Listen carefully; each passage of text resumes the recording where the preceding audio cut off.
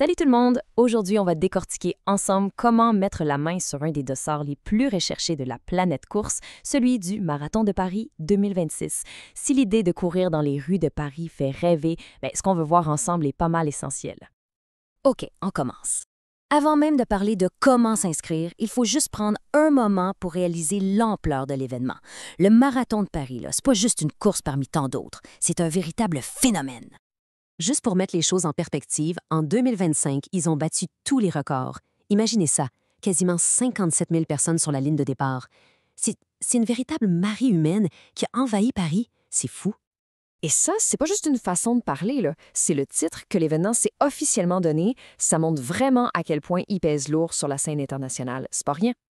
Et bien sûr, l'organisation ne compte pas s'arrêter en si bon chemin. Après un record, qu'est-ce qu'on fait? On vise encore plus haut pour la prochaine fois.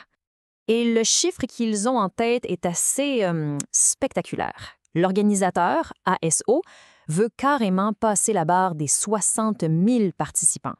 C'est un objectif qui, s'il est atteint, va cimenter sa place de numéro 1 mondial pour de bon. Bon, on passe maintenant à l'info la plus importante, celle que tout le monde attend, la date. Parce que pour qu'un rêve devienne un projet, ça prend un jour précis à marquer au calendrier. Alors voilà, c'est officiel, la 49e édition aura lieu le 12 avril 2026. Sortez les marqueurs, c'est la date encerclée en rouge. C'est autour de ce jour-là que toute la préparation de milliers et de milliers de coureurs va s'organiser. OK, on arrive maintenant au cœur du sujet. Comment on fait pour avoir sa place, pour obtenir ce fameux dossard? Le processus est quand même assez structuré, alors il faut être bien préparé.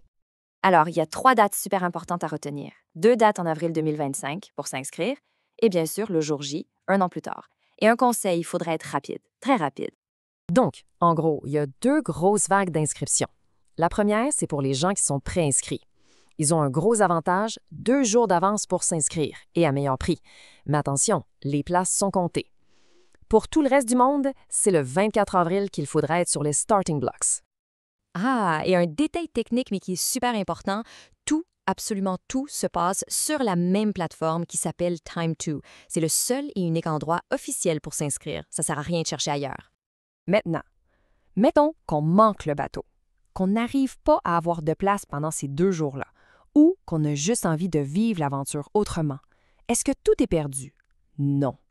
La bonne nouvelle, c'est qu'il y a d'autres solutions. La première option, c'est de courir pour une cause, avec ce qu'on appelle un dossard solidaire. C'est une super façon de donner un sens encore plus grand à son défi en courant pour une association qui nous parle.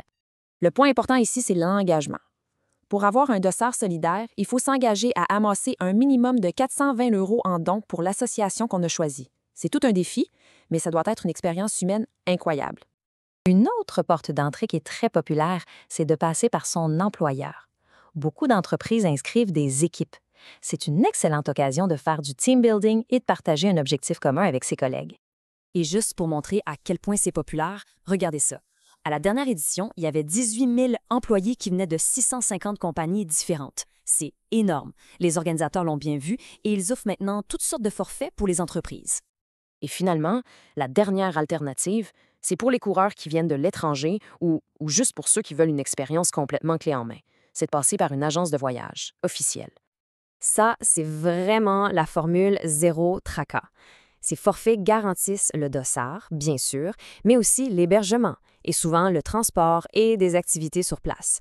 C'est la meilleure façon de transformer la course en vraies belles vacances à Paris. Alors, en résumé, qu'est-ce qu'on doit retenir de tout ça?